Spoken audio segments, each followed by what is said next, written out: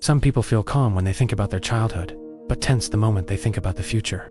Not because their childhood was perfect, and not because they want to go back, but because the future feels heavy in a way that's hard to explain. Thinking about what comes next doesn't feel exciting. It feels like something that already demands effort, already asks for decisions, already carries the risk of getting it wrong. If that sounds familiar, this video is not about nostalgia, and it's not about fear. It's about why finished memories often feel safer than unfinished possibilities. Why the past can feel calm even when it wasn't easy. And why, for some people, the future doesn't feel open. It feels exposing. When someone says they feel safer remembering their childhood, what they're usually responding to isn't happiness, it's certainty. Childhood is finished. It already happened. Nothing inside those memories can still go wrong. There are no outcomes left to manage, no decisions waiting to be made, and no future version of the self, depending on what happens next. The nervous system understands this immediately, even if the mind doesn't put it into words. The past does not demand preparation. It does not ask for strategy. It does not require vigilance. When the mind enters memory, it steps into a space where nothing needs to be fixed or defended. The ending is already written. And that sense of completion allows the body to relax in a way future-oriented thinking rarely does. This is why even difficult or imperfect childhood memories can feel safer than imagining what lies ahead. Safety does not come from how pleasant a memory was. It comes from how predictable it is. Familiarity tells the brain that the environment is known, and what is known does not require constant alertness. Inside memory, the rules are already established. The boundaries are clear. There is no sudden escalation waiting to happen. The future, by contrast, is open and unfinished. It is full of decisions that have not yet been made, and every decision carries uncertainty. Regret is possible. Disappointment is possible. Irreversible consequences are possible. For people who have experienced instability, pressure, or repeated setbacks, the future does not feel like a field of opportunity. It feels like exposure. There is a subtle psychological contrast here that often goes unnoticed. Childhood memories do not demand action. They do not require improvement, explanation, or proof of progress. In memory, a person is allowed to exist without justifying their pace or direction. There was a time when value was not constantly measured against outcomes, when identity did not depend on long-term planning, and when life moved forward without requiring constant strategic thought. That internal memory of being carried by time, rather than responsible for shaping it correctly, often stays in the body long after childhood ends. Adulthood removes that buffer. The future becomes something that must be constructed carefully, correctly, without mistakes. And when the cost of getting things wrong begins to feel high enough, caution quietly replaces curiosity. This is how the future starts to feel heavy. Another reason the past feels safer is the absence of evaluation. Inside a childhood memory, no one is ahead or behind. There is no invisible timeline to meet, and no standard quietly watching. The memory belongs entirely to the person remembering it. It exists outside comparison. The future rarely offers that privacy. It is where imagined expectations live, where comparison forms even without direct judgment, and where a person can feel inadequate without anyone saying a word. Thinking about the future is often less about what might happen, and more about what those outcomes might say about who you are. When identity feels threatened, the nervous system responds with protection. It moves away from spaces that feel exposing and toward spaces that feel stable. This movement toward the past is not a refusal to grow. It is a form of regulation. The mind is choosing the environment that requires the least defense at that moment. And until the future feels less punishing and more forgiving, the past will continue to feel safer, not because it was better, but because it is settled. For many people, discomfort around the future does not begin as fear. It begins as fatigue. Over time, the future stops feeling open and starts feeling narrow. What once felt flexible slowly turns into something that must be managed carefully, monitored constantly, and handled without mistakes. The pressure does not arrive suddenly. It accumulates quietly through responsibility, expectation, and repetition. Early in life, most choices feel reversible. There is time to adjust, to recover, to try again. Mistakes do not immediately threaten stability. Direction can change without severe consequences. Because of this, the future initially feels forgiving. It allows experimentation without demanding certainty.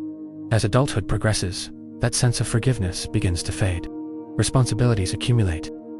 Decisions begin to close doors. Each choice feels heavier because the cost of being wrong increases. Time feels less abundant. Recovery feels slower. The margin for error narrows. This is often when the future starts to feel less like possibility and more like pressure. For someone who has learned through experience that effort does not always lead to security, planning loses its sense of excitement. It becomes calculation.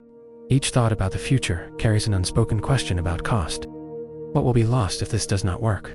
How much energy will it take to recover if things fall apart again? Whether there will even be space to recover at all. At a certain point, the mind stops associating future-oriented thinking with hope and begins associating it with strain. This association does not remain abstract. It settles into the nervous system. The body responds to thoughts about the future with subtle tension. Breathing becomes shallower. Attention tightens. The mind may still function logically, but it does so with restraint rather than openness. Planning feels draining instead of motivating. The future becomes something that requires bracing. Another layer of discomfort comes from responsibility. In adulthood, the future is rarely imagined in isolation. It is tied to income, stability, relationships, and identity. When something goes wrong, there is often no external structure to absorb the impact. Success and failure are experienced as personal. Risk is no longer distributed. It is concentrated. This makes imagining the future feel inherently exposing. To think ahead is to confront the possibility that effort may not be enough, that outcomes may not align with intention, and that identity may be judged through results rather than context. Comparison amplifies this exposure. As people grow older, the future is rarely imagined alone. It is measured against timelines that are both visible and implied. Where one should be by now, what others have already achieved, what feels delayed, missing, or insufficient. Even without direct comparison, the sense of being evaluated becomes internalized. This turns the future into a space where self-worth feels vulnerable. Thinking about what lies ahead becomes intertwined with questions about adequacy, progress, and belonging. The discomfort is often not about the future itself, but about what the future seems to say about who the person is. The past does not carry this same weight. Childhood memories exist outside performance. They are not ranked or compared. They do not require validation. In memory, there is no audience. There is no standard to meet.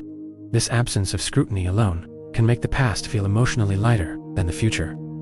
Even when the future objectively offers more freedom, there is also the matter of coherence. Completed experiences naturally form narratives. Even difficult events tend to make sense in hindsight. They can be placed into a story with a beginning, middle, and end. The future offers no such structure. It must be imagined without knowing whether the imagined story will ever resolve. For minds that value meaning and clarity, this lack of coherence can feel deeply destabilizing. When uncertainty persists for too long, the mind begins to conserve energy.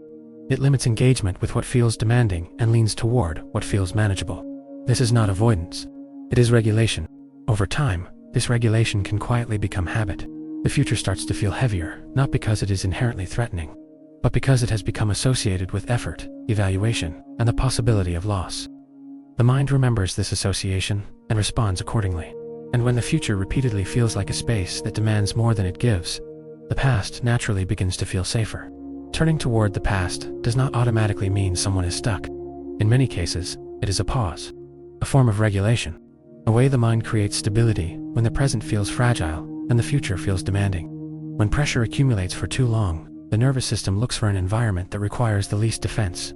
Childhood memories often become that place, not because they are idealized, but because they are finished. Nothing inside them can escalate. Nothing can suddenly demand more effort or turn into another problem that needs solving. Memory offers containment. It has edges. It does not expand or surprise. For a system that has learned to stay alert, this containment feels protective. This is why returning to childhood memories often brings a sense of relief. It reminds the person that there was a version of themselves that existed before constant evaluation, before the need to justify every decision, and before mistakes carried long-term consequences. That reminder can be grounding. It restores continuity when the present feels unstable. The difficulty arises when safety begins to exist only in memory. Over time, what starts as regulation can quietly become limitation. The past turns into a shelter that feels increasingly comfortable, while the present begins to feel hollow and the future feels distant. Movement slows, not because desire disappears, but because engagement feels too costly. The mind learns that retreating feels safer than advancing. This shift rarely happens consciously. It develops gradually, as each attempt to face the future feels heavier than the last, and memory offers immediate relief. Without intention, the mind begins to associate forward movement with threat and backward movement with safety. The tension here is subtle, but important. Safety and growth do not naturally coexist in the same place. Safety tends to live in what is known, while growth requires stepping into what is not. When the gap between these two becomes too wide, the future stops feeling like direction and starts feeling like danger. In that state, forcing motivation or optimism often increases resistance rather than resolving it. The nervous system does not respond to pressure by opening. It responds by tightening. What is usually missing is not effort, it is trust. Trust that mistakes will not be catastrophic. Trust that adjustment will be possible. Trust that identity can survive uncertainty. When that trust has been eroded by experience, the mind protects itself by narrowing its focus. It limits exposure to what feels risky and gravitates toward what has already proven it will not cause harm. Restoring a sense of safety around the future does not begin with large plans or dramatic reframing. It begins with reducing the sense of threat attached to imagining what comes next. For many people, the future becomes more tolerable when it is no longer treated as a final verdict on worth, success, or identity. Allowing the future to be imperfect is often a turning point, when plans are no longer expected to guarantee security. And when failure is no longer interpreted as personal collapse, the mind begins to loosen its grip. Flexibility becomes a form of protection. The ability to revise restores a sense of control. There is also the role of the present. If the present requires constant defense, no amount of future-oriented thinking will feel safe. The nervous system cannot imagine forward movement while it is still busy surviving the current moment. In those cases, safety must be rebuilt here before it can be extended outward. This rebuilding often looks ordinary, reducing overload, creating boundaries, allowing rest without turning it into self-judgment, experiencing moments where nothing needs to be fixed or improved.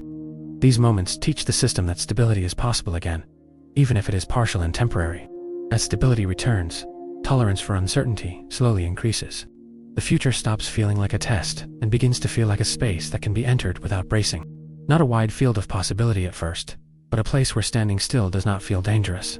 Childhood memories will always carry a particular kind of safety because they are settled and unchanging. There is nothing wrong with returning to them when grounding is needed. The problem is not memory itself, but the absence of safety elsewhere. When the present becomes more stable and the future becomes less punishing, the mind no longer needs the past as its primary refuge.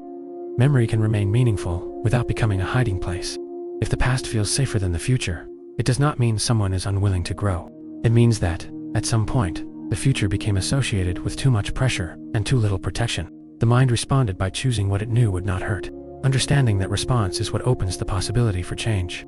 Because the future becomes easier to face, not when optimism is forced, but when safety slowly returns, allowing imagination to exist without fear of collapse. If the past feels safer than the future, it's not because you're stuck, but because your mind is still looking for a place where it can rest without bracing.